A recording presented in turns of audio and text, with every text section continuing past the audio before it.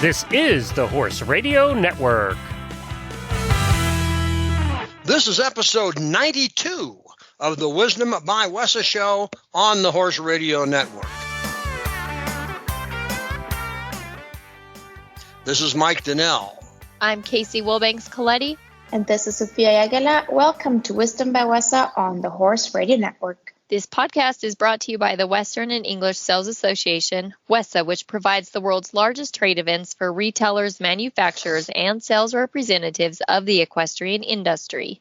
In this podcast, we feature exclusive interviews with noteworthy Western and English personalities, retailers, and exhibitors who you've always wanted to talk to. Don't miss out on all the news for manufacturers and retailers in the equine industry. I heard the August WESA directory just went to print. Sophia is here to tell us if that is right or not. Yes, we just wrapped up all the proofing and submitted the final version to the printer. And again, the directory includes all kinds of helpful trade show information, for example, the events, but then also the floor plans and the categories, the exhibitors, and the product lines. And we actually also went through and counted the product lines, and we are excited to announce that the buyers can explore over 550 product lines at the upcoming August WESA trade show. Is 550 more or less than last August?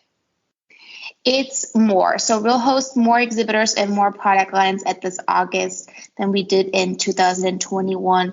And the buyer pre-registration is also hinting at more buyers, but retailers can still sign up during the next 2 weeks online.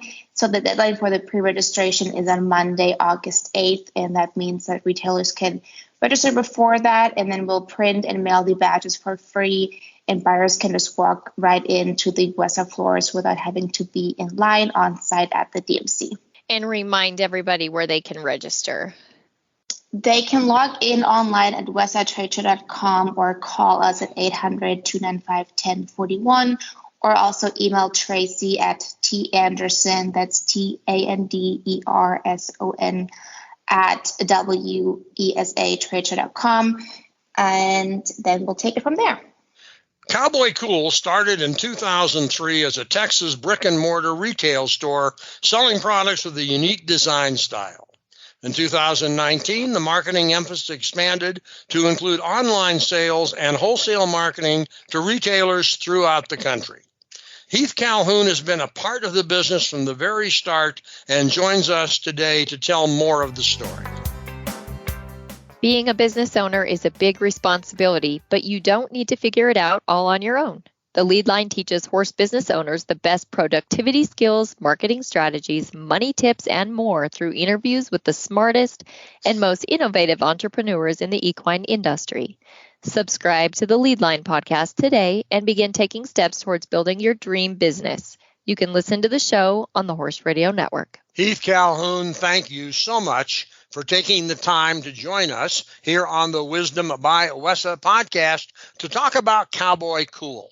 And probably for our listeners who are all in the business as retailers or brands or whatever, and are always interested how other people ended up as partners in the business, walk us through from back around, well, a little before 2003, before you became involved in a dynamic Western wear type business. What were you doing before 2003? And talk about how Cowboy Cool started. Before Cowboy Cool, I actually was in the health club business. I owned some health clubs and was running those, and then ended up having a buyer come in and wanted to buy me out. So I ended up selling the health clubs and was looking for something to do. And funniest thing, I was actually in New York City in Soho, and I was walking around Soho there and walked into this little store and met a guy that was selling cowboy boots there and had a little trunk show going on. And I asked the guy, I said, "Hey, do you guys sell cowboy boots, these cowboy boots in Texas?" And he says, "No, I don't have any representation." And long story short, I basically just said, "Hey, I'm gonna start carrying your boots. I'm gonna open up a store in Dallas. Would you let me carry your line?" And he said, "Sure." And I said, "Perfect."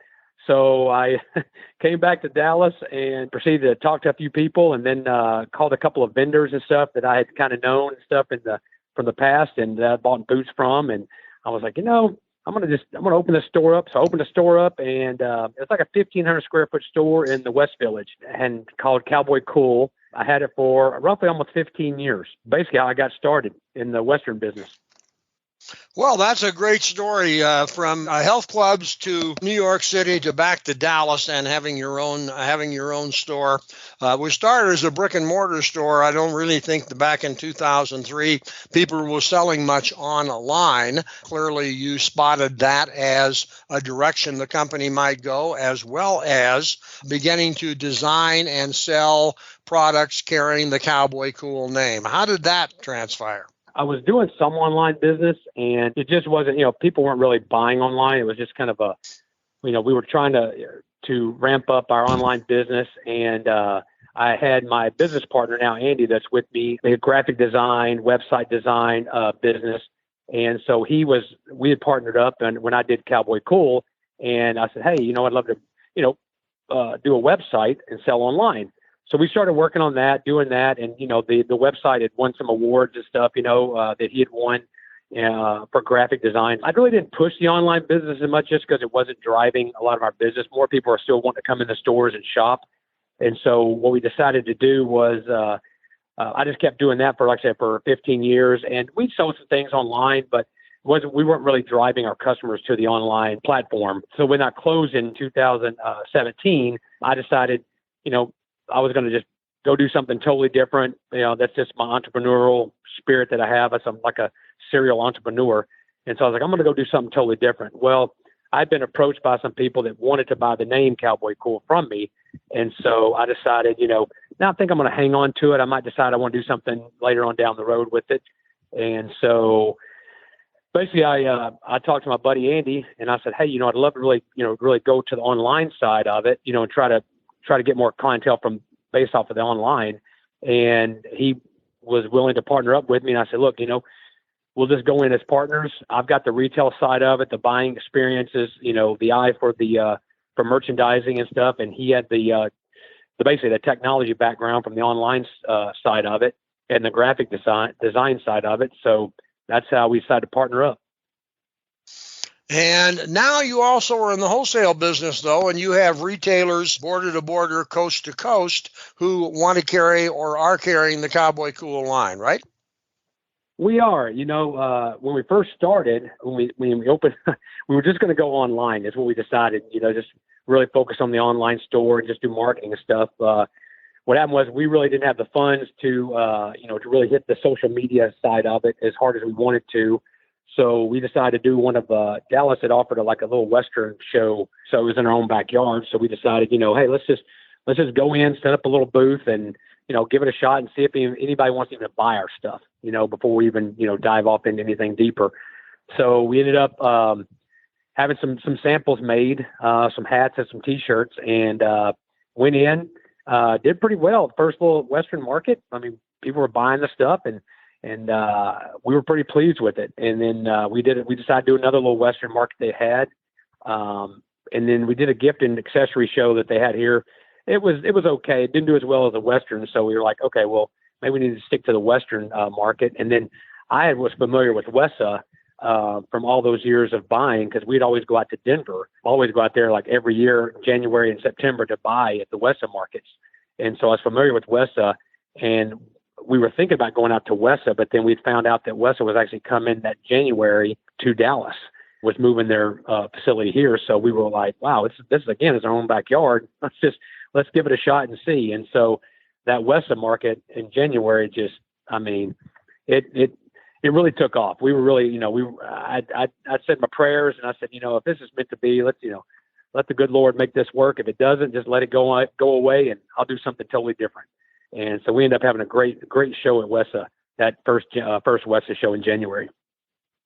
Well, that's great. Now, of the two of us, Casey is more of the fashionista than I am. I get involved in marketing. Casey gets involved in marketing as well, but she has an eye for the kinds of fashion that sells. And clearly, Cowboy Cool, I wanted to chat with you about that. And maybe leading into that, where did the name, there's an image that you kind of think about when you see or read that name, which may well be what's driving the whole thing. But maybe you and Casey can chat about where that name came from, and then how you're capitalizing on it, and she'll take it from there. Sure. Well, Mike, I think you're quite fashionable. I don't know why you cut yourself short all the time. Well, so just reading an article here, and it pops up, it says the Neiman Marcus of Western wear. So you had me at that. So we could jump right into Cowboy Cool at that point. I think it's obviously the perfect name to set the tone, but where did it come from? Did you come up with that? How did that come about, Cowboy Cool? I did, Casey. It's funny you said that because now y'all are bringing back some memories. Back in 2002, when I was just, kind of a thought and stuff, and I was thinking about doing a Western store and all that. I would sit up at night, trying to think of a name, for the store, and literally I was just on the computer. I would stay up. My girlfriend at the time was, getting irritated with me because I'd be up till like 2 or 3 o'clock in the morning just trying to figure out a good name, and I just, and I kept coming up with, like, it was just, because when I did that store back in 2003, I mean, it was like, I don't know, Liberty Boots was back then. They did like skull and crossbones on boots, and sure. We were doing some, and I was really doing like really edgy, funky kind of stuff, the Western market. Yeah. I mean, this is before skulls and crossbones, were even Sure. coming out, and so I had, there were three passions in my life that I really loved was custom boots, which I couldn't find in Dallas. That's why I kind of did the store. And then it was rock and roll and country music, which I'm a big music fan. And then riding motorcycles, Harley Davidsons. So I found that there was a common denominator with all three of those. And I was like, those three passions, I was like, okay, well, my guys that ride, they love the skull and crossbone stuff on my motorcycle guy buddies. And then I had my Western guys, my rodeo guys and stuff like that. They love pearl snap shirts, boots, and all that. And then, I had my rock and roll guys, which they were kind of like, they liked the pearl snap shirts, but not too Western, but they still wore them on stage and, and all that. And so I was thinking, that's a fine line to walk, So I said, well, maybe if I open up a store and it's kind of just, tap into each one of those three, I said, I might have something here. So that's kind of what I did. I mean, it was just, and I didn't know if it was going to work or not. I mean, I really didn't. It was just, because it was pretty edgy. I don't know if you've ever been to the store, but it was, I did a lot of custom stuff for people, boots and shirts and hats and stuff, Sure. So we would design everything. I mean, I had Kid Rock and, Don Henley with the Eagles, and, all these people were coming into my store. So it was a fun time. And Sure. I knew I had something with the name Cowboy Cool, because after about the first 3 or 4 months of being open, I would have people stand outside my store and point up at the sign, our sign above that said Cowboy Cool on it with our logo, and point at it and take pictures with it. Oh, gosh. And I was thinking, okay, maybe I've got some of this name. So that's when I called my attorney and said, hey, I want to trademark that name. So that's how that whole thing transpired. Nice. For me having the name. So yeah, definitely very fitting for sure. And going with that and the vibe and the style and the designs, I'd love to know where the inspiration for the designs come from, if you're part of creating the designs for the products, and just kind of your process in that. Yeah, so me and Andy both are into that. We do the designs and stuff. He's more, I'll have an idea and then I'll throw it out there, and then he'll put it on the computer, which he's great at that, and then he'll throw something out and say, hey, what do you think about this? And I'm like, that's a great idea. So, we just basically just coming from us, the designs Sure. and stuff, in the Western market, I've kind of noticed that it's just you see a lot of stuff that is, I say regurgitated, it's just the same old stuff and Sure. same old designs and same old, graphic stuff on there and sayings and whatever on t-shirts and hats and stuff. And so we're trying to do something a little bit different, a little bit more, for the Western lifestyle, as opposed to just really geared toward Western, if that makes sense. Something's more of a broad for the mainstream customers. We're getting a good feedback, from our retail stores that carry our line that, a lot of people that don't understand the Western world or understand anything, they may see a design on a shirt or something, not understand it, and they're like, well, I don't get that. Sure. where they may buy one of our shirts that has just our logo or something on, or Cowboy Cool on there, and they're like, oh, I get that. I kind of like that. I like the name. I like I like their logo. So that's kind of where we're kind of going with the design stuff of it. And I think when you have people, as you mentioned, like Kid Rock wearing the brand, then it becomes relatable to the people that do not have a grasp on the Western industry, but can still, wear the product. And I also see another benefit to this. I always like to talk about the benefit to any retailers listening to this show and considering carrying your line. All the possibilities of marketing your line for retailers. And if there's, any more that you'd like to touch on. But for me, if I was marketing this and also carrying it in my store, so many cool things to get to showcase and say, who's wearing the line, and it becomes like this cool marketing deal. But I would love to hear any more ideas you would have and why it's a great line for retailers to get on board with and easy to sell, to be honest. I think what they're going to get, with the Cowboy Cool brand and the name is, like I said, simplicity. You're going to have great designs. You're going to have great quality materials and craftsmanship with our shirts and our hats. So I think that's a big plus. And I think that's one reason why too, a lot of times people are, carrying our brand, because we've gotten good feedback from people. It's like, man, I like your shirts because they're just simple. There's not a lot of graphic design stuff on it. Or I like your shirt, or I like your hats because it's just, they're nice, simple hats. They're not like over the top. They're good quality hats that we're doing. So, I think that has a lot to do with it. Mike, I think we need to get you in a Cowboy Cool t-shirt. You think we do? I think we do.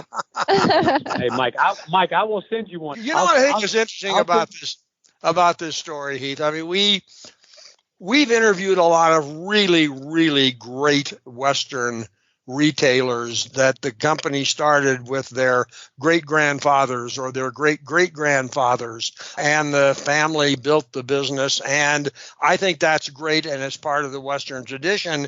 But it's fun to talk to somebody who comes out of the health club world, who rides motorcycles, who hooks up with somebody who understands design, who stays up till 2 and 3 in the morning, and suddenly the name Cowboy Cool appears as the way to position the brand. And now retailers can carry that Cowboy Cool product and convey that Cowboy Cool image to a broader line of customers just because you've established that brand. And to me, I think that's one of the interesting parts of the story. Really, I do.